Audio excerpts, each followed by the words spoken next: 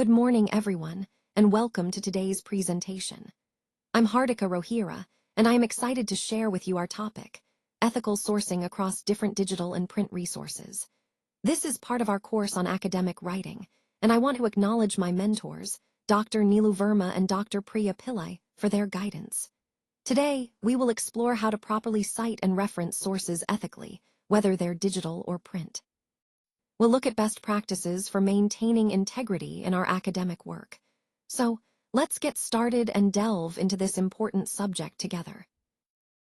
Let's take a closer look at the core elements we're discussing today. First up is the role of a reference.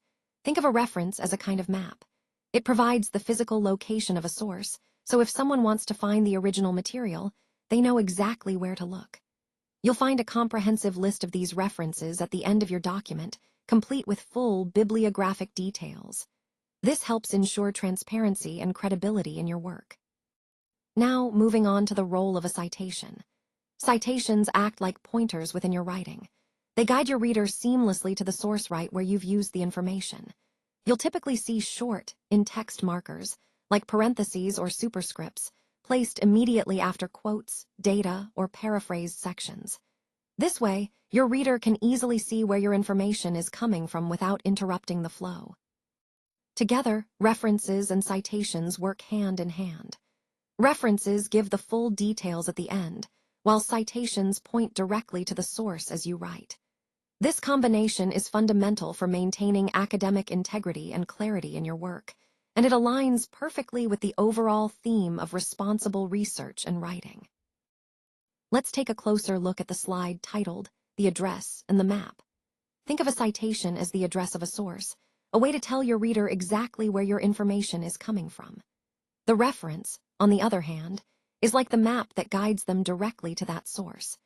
By documenting where ideas come from through citations and references, we're participating in a global conversation that values transparency and shows respect for the work of those who came before us. It's a way of giving credit and building trust. You can also think of citations and references as the handshakes of the academic world, fostering connections and showing good scholarly manners. When we do this properly, we help others follow our trail of ideas, which is essential in any research or writing process. So remember, just like an address and a map work together to guide someone to a destination, citations and references work hand in hand to guide your readers to the sources you used, ensuring clarity and integrity in your work. Let's take a closer look at the pillars of academic integrity. These are the foundational elements that support honest and credible scholarship. First, we have authority. This means that when we do research, it's important to show thorough engagement with established experts in the field. It demonstrates that our work is grounded in credible sources. Next is verification. This allows evaluators to check the facts and evidence we use to support our arguments. It's about transparency and making sure our work can be validated. Lastly, we have integrity. This is crucial because it prevents plagiarism by giving proper credit to the original creators of ideas. Together, these pillars ensure that academic work remains honest, trustworthy, and respectful of others' contributions, which is essential for maintaining the overall integrity of scholarship. Let's take a closer look at some of the major citation styles and how they compare across different disciplines.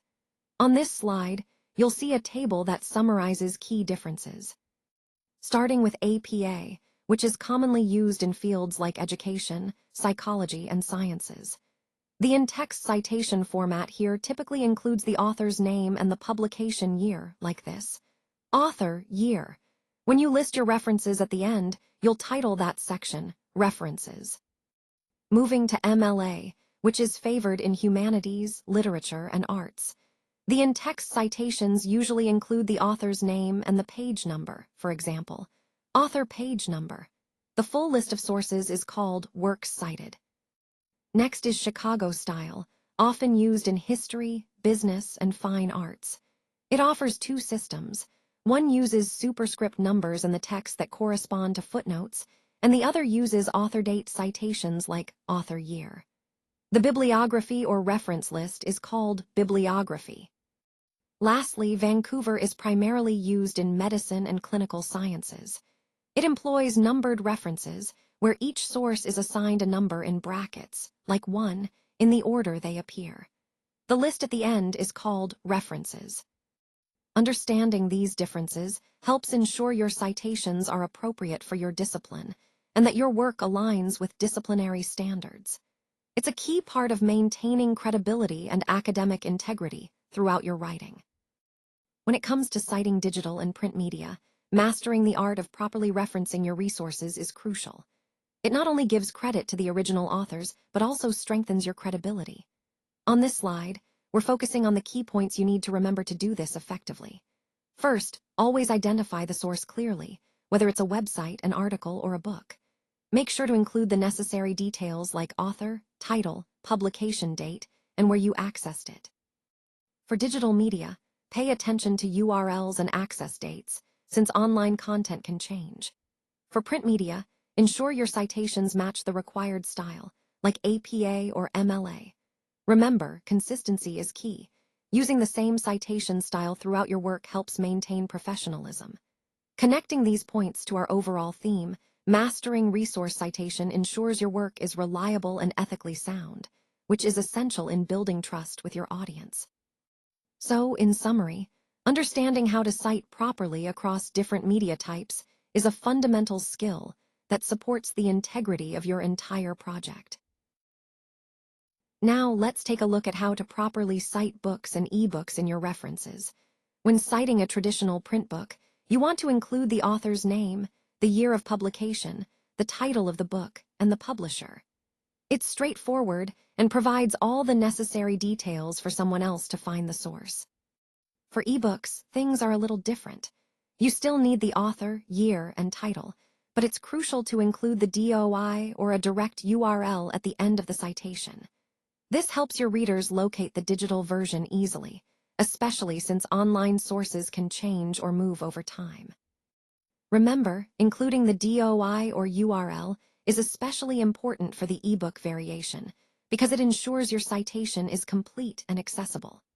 Overall, these details not only strengthen the credibility of your work, but also demonstrate thorough research practices, connecting back to our overall theme of proper academic sourcing.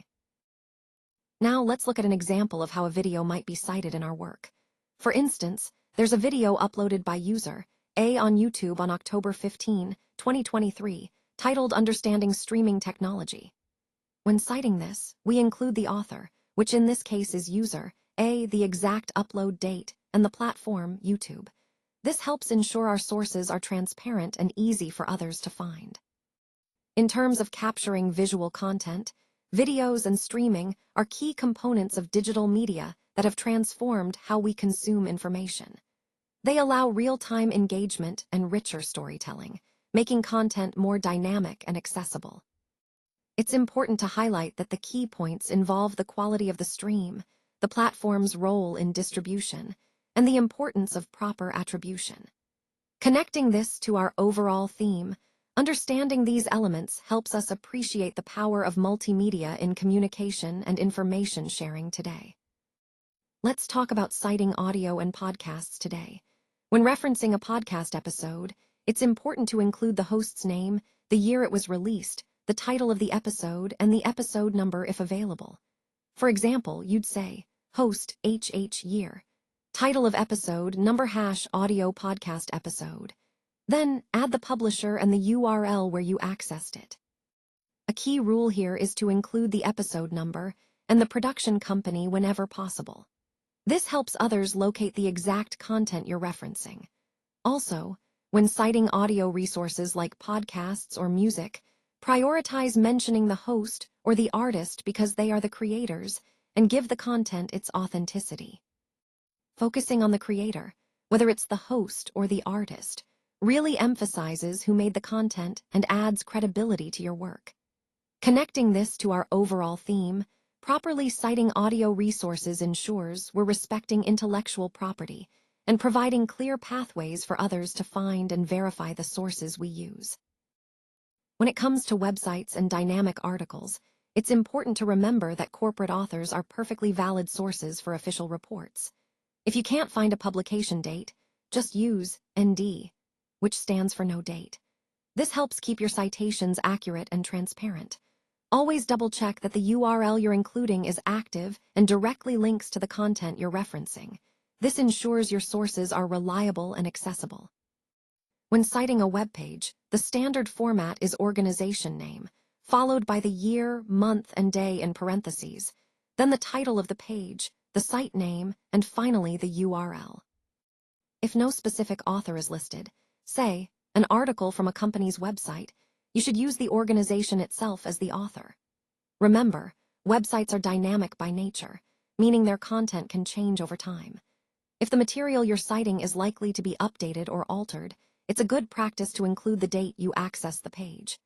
This way, anyone reviewing your sources understands exactly when you retrieved the information, which is crucial for transparency and accuracy. Overall, these guidelines help ensure your references are credible, clear, and useful for your readers or reviewers. Let's talk about the modern validity filter. In today's digital age, standardized referencing, like DOIs and URLs, is essential. It ensures that resources remain findable and accessible amidst the vast and ever-changing Internet archive. Citations act as a sort of validity filter.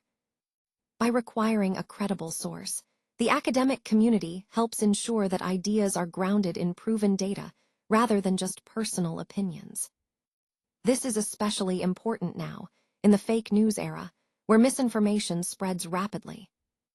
Relevance and credibility become even more critical to distinguish trustworthy information from falsehoods. So, by using proper references, we're not just backing up our claims, but also safeguarding the integrity of our work and contributing to a more reliable information landscape. Feel free to ask any questions regarding citation styles. Thank you for your attention. Hardika Rohira, Semester 2, BTTC.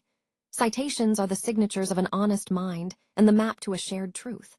Throughout this presentation, we've emphasized how proper citation not only gives credit where it's due, but also strengthens your work's credibility. Remember, citations are more than just a requirement. They're a way to connect ideas and demonstrate integrity. If you have any questions or uncertainties about citation styles, don't hesitate to ask now or afterward. Thank you all for your engagement and attention today.